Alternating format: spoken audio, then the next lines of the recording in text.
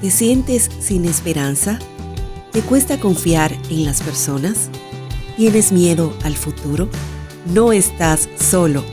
Hay una esperanza real para ti, una que no cambia, una que sostiene. Bienvenido a Esperanza en el Camino, un espacio donde personas reales comparten cómo encontraron vida y propósito en el Evangelio y la persona de Jesús. Hoy hablaremos sobre cómo compartir el Evangelio en un nuevo contexto. Estamos en Esperanza en el Camino y en el día de hoy hay una pregunta muy interesante y es: ¿cómo compartir el Evangelio en un nuevo contexto? En un lugar nuevo para ti, en un lugar donde nunca habías estado o estás pero no estás acostumbrado. ¿Cómo puedo compartir el Evangelio?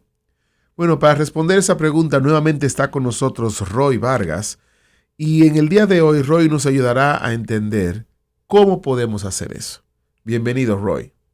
Muchas gracias. Es un placer estar acá.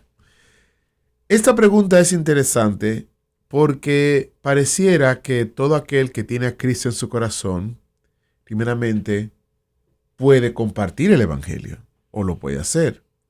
Quizás para algunos sea más fácil que para otros por tema de personalidad, facilidad de hablar y demás, pero es un llamado para todos los miembros de la iglesia. La pregunta es: ¿cómo puedo compartir el Evangelio en un nuevo contexto? Sí, muy buena la pregunta porque la misma Biblia nos da ejemplos específicos. Tenemos a Pablo, por ejemplo, cuando estaba viajando por el Mediterráneo, él llega a Atenas y se encuentra con una ciudad llena de ídolos. Muchos dioses. Sí. Y para su ventaja, siendo Pablo bastante inteligente y con sus talentos, él ve una piedra que dice que está dedicada al Dios desconocido. Claro. Entonces, Pablo, en un contexto totalmente diferente al de él, incluso en donde se hablaban otros idiomas, es capaz de comunicar la idea de quién es ese Dios en quien él cree, sí. diciéndole a los atenienses y a todos los que estaban ahí, a su audiencia, que el Dios en el que ellos no conocen, que también adoran, es el Dios en el que él cree. O sea que Pablo tomó un elemento, pudiéramos decir, cultural o de la sociedad del momento como punto de partida para compartir el Evangelio. Sí, en el mundo podríamos interpretarlo como suerte. Okay. Pero en nuestra cosmovisión cristiana lo interpretamos como providencia. Porque si Pablo hubiera llegado simplemente a predicar de Jesús y del Evangelio, pues tal vez no le hubieran puesto mucha atención. Pero él lo que hizo es decirles: yo conozco a ese Dios que ustedes no conocen.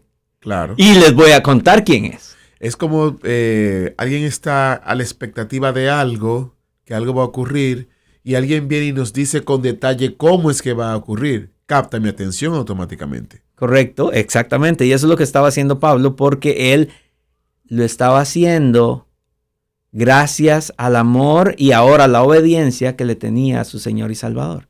¿Y por qué obediencia? ¿Qué tiene que ver el Evangelio con la obediencia? Bueno, pues nosotros tenemos que ser obedientes a lo que Jesús nos mandó a hacer. Imagínate que después de su crucifixión y su resurrección, Jesús estuvo 40 días y él comisionó a los discípulos. Y en Mateo 28, 19 y 20 se describe lo que conocemos popularmente como la Gran Comisión, que dice: por tanto, id y haced discípulos en todas las naciones, bautizándolos en el nombre del Padre y del Hijo y del Espíritu Santo, enseñándoles que guarden todas las cosas que os he mandado, y he aquí yo estoy con vosotros todos los días hasta el fin del mundo. Amén. Entonces, Pablo lo que está haciendo es ser obediente a la Gran Comisión. Y si nosotros la analizamos, es algo interesante para nuestras vidas, porque Jesús nos dice que hay que ir primero, ¿verdad? Sí. Hay que ir y hacer discípulos.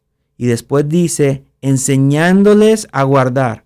Otra traducción de la Biblia la encontrarás que dice, enseñándoles a obedecer lo que yo les he enseñado. Okay. Una cosa, y hago la diferencia porque yo te puedo enseñar algo.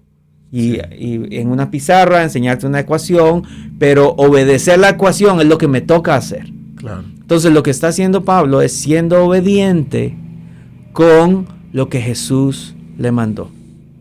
Entonces, Roy, viéndolo desde ese punto de vista, la obediencia es vital para hacerlo. Pero ¿cómo comienzo? Porque yo quiero obedecer, yo quiero hacerlo, pero ¿cómo yo puedo entonces comenzar a dar ese paso en un contexto diferente? Claro, tenemos que ser intencionales. Si nosotros ya sabemos que lo que tenemos que hacer es hablar de lo que el Señor hizo en nuestras vidas y de compartir el Evangelio, lo que tenemos que hacer es buscar oportunidades.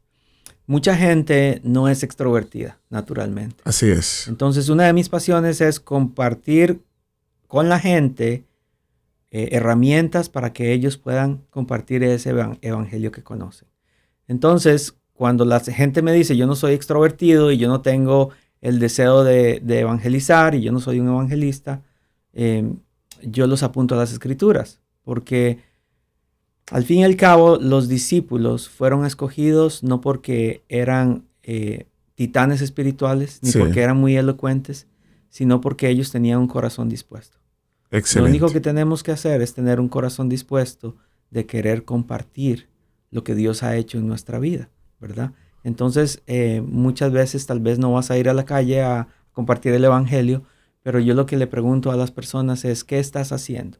Si nosotros vamos a también, vuelvo a la misma idea de Jesús antes de ascender al cielo, de hecho, horas antes de hacerlo, en Hechos 1:8, él dice que cuando el Espíritu Santo venga, ¿verdad? Cuando Él se vaya, va a venir el Espíritu Santo y les dará poder para ser testigos en Jerusalén, Judea, Samaria y el resto de la tierra. Entonces vemos que el Evangelio es para todos. No hemos romantizado mucho las misiones pensando que los que van a evangelizar son aquellos que van a otros países. Así es. Pero en realidad yo le pregunto a las personas, en tu Jerusalén, en tu ciudad, en tu comunidad, ¿qué estás haciendo para el avance del reino de Dios? En tu posición como arquitecto, como abogado, como ama de casa, como maestro o maestra, Claro. como chofer, ¿qué estás haciendo para avanzar el reino de Dios en tu contexto? Tenemos que ser intencionales, porque la vida cristiana no se trata de llevar esa carga de querer compartir. Es algo natural que tiene que salir en nosotros. Es decir, que la respuesta a hablarle a otros acerca de Cristo es una respuesta natural de aquella persona que es un discípulo de Cristo. ¿Hay algunos consejos prácticos que puedes darnos para poder iniciar este proceso de compartir el Evangelio con otros? Claro que sí, pero antes de eso yo quiero animar a los hermanos porque nos tenemos que dar cuenta que muchas personas fueron luz en la oscuridad y están descritas en la Biblia, llevando el Evangelio y llevando lo que el Señor quería que hiciera. Así es. Porque muchas veces el Señor nos va a poner a hablar con personas, pero nos va a poner a hacer cosas. Y nosotros tenemos que ser obedientes, así como lo fue Pablo y otras figuras. Les voy a dar algunos ejemplos. José fue fiel testigo cuando estaba en Egipto. Daniel brilló en Babilonia por su obediencia. Y como ya sabemos, Pablo evangelizó en ciudades paganas de todo el Imperio Romano. Y si nosotros continuamos leyendo el libro de los Hechos, encontramos que la iglesia perseguida de ese libro fue esparcida y donde iban predicaban a Cristo. Tú puedes hacer lo mismo hoy, porque tu testimonio en el trabajo, en la escuela, en el mercado, en tu comunidad, es la luz en medio de las tinieblas que necesita aquellos que no conocen al Señor. Entonces, muchas veces, y esto puede sonar un poco duro, cuando Jesús le dijo a los discípulos que los enviaré como ovejas entre lobos, es algo que nosotros no queremos hacer, porque lo que nosotros hemos hecho tradicionalmente es vivir como ovejas entre ovejas. Claro. No queremos salir a los lobos. Es más seguro vivir entre ovejas, ¿no? Claro que sí. Pero lo bonito de la gran comisión que ya leímos en Mateo es que dice que mientras haces esto, mientras haces discípulos, ¿verdad? Dice ir a ser discípulos mientras estás discipulando gente, animando gente, amando gente, orando con la gente. Sí. En el mundo, entre lobos, dice la gran promesa de la gran comisión, y yo estaré con ustedes. Es decir, que no estamos solos haciéndolo. No.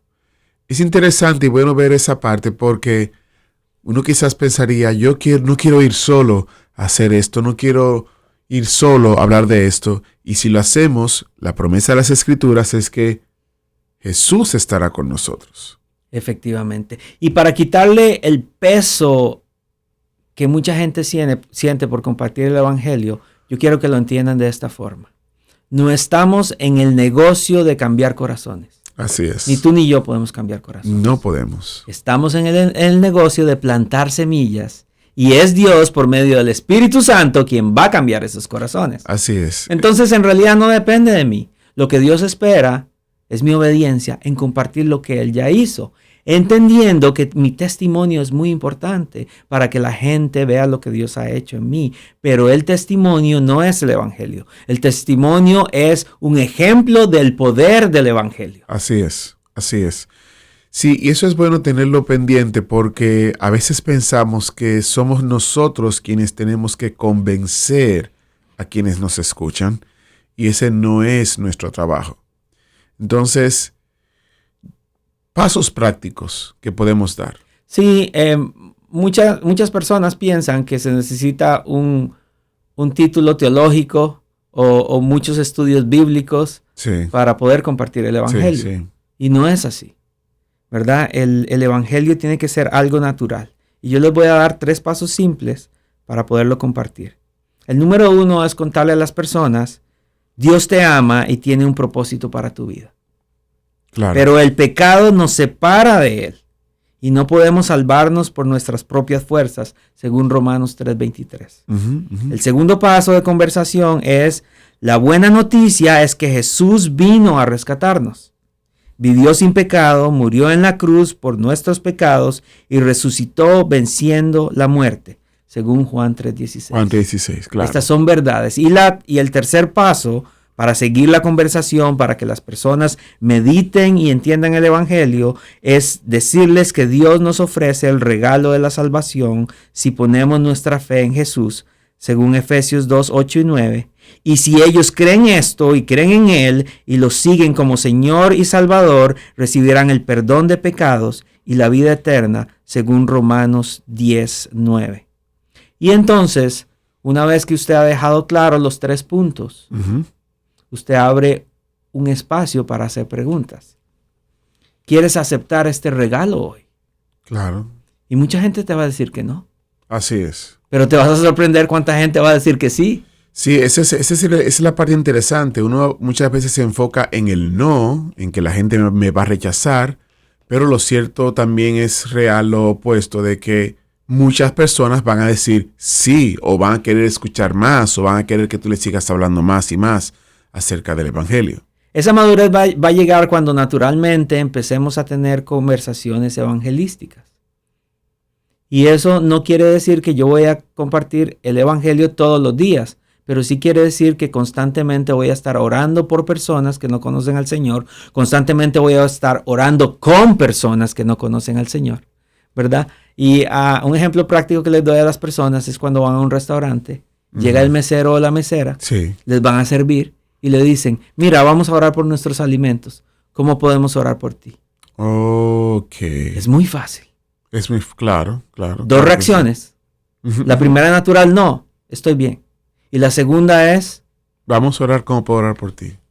La segunda reacción que ellos tienen cuando hacemos esa pregunta es, mi mamá está en el hospital. Mi hijo tiene un examen mañana.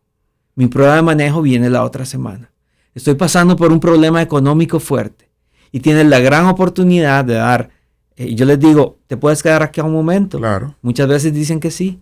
Tienes la oportunidad con tu familia, no solo de orar, sino de modelar cómo se hace, dando gracias a los alimentos y pidiéndole al Señor por él o ella que están ahí. Y no sabes cuántas veces hemos visto mi esposa y yo a gente llorar en las mesas. Porque decían, yo necesitaba que oraran por mí. Claro. Incluso gente que no conoce al Señor va a decir que sí. Sí, así es. Porque es interesante cuando uno decide obedecer a Dios, como tú decías al principio, cuando uno responde en obediencia a lo que Dios nos ha mandado, uno se da cuenta de cómo Dios comienza a obrar en los corazones de las personas. Entonces déjame recapitular. Primero, les decimos a las personas que Dios los ama y hay un propósito para su vida. Segundo, que hay una buena noticia, que es que Jesús vino a morir por nosotros. Claro. Y pagó por nuestra deuda. Y el tercero es que Dios nos ofrece ese regalo de vida eterna. Lo que tenemos que hacer es creer. Entonces, cuando la persona está interesada, le preguntas, ¿quieres aceptar ese regalo hoy? Y si dice que sí, puedes hacer una oración. Y le dices, lo que yo hago naturalmente es decirle, yo lo hice una vez así cuando compartieron el Evangelio. Claro. ¿Y verdad? Y puedes empezar con una pequeña oración. Y puedes decir, Dios, reconozco que he pecado y necesito tu perdón. Creo en Jesús y creo que Él murió y resucitó por mí. Y hoy lo recibo como mi Salvador. Ayúdame a seguirte. Amén. No tiene que ser muy elocuente. Lo que tiene que ser es sincera. Exactamente. Roy, wow, cuántas cosas interesantes hemos compartido en el día de hoy. Gracias nuevamente por estar con nosotros y por ayudarnos a poder compartir el Evangelio en un nuevo contexto. Gloria a Dios. Gracias por acompañarnos en Esperanza en el Camino. Si hoy algo tocó tu corazón, o si quieres saber más sobre esta esperanza que transforma vidas, te invitamos a visitar transmundial.org/El Camino. También puedes llamarnos al 1-800-880-5339 o escribirnos a rtm@transmundial.org. Estamos aquí para escucharte, orar por ti y caminar contigo. Hasta el próximo episodio. Y recuerda, la esperanza no está lejos. En Jesús hay esperanza en el camino. Esperanza en el Camino es una producción de RTM Estados Unidos.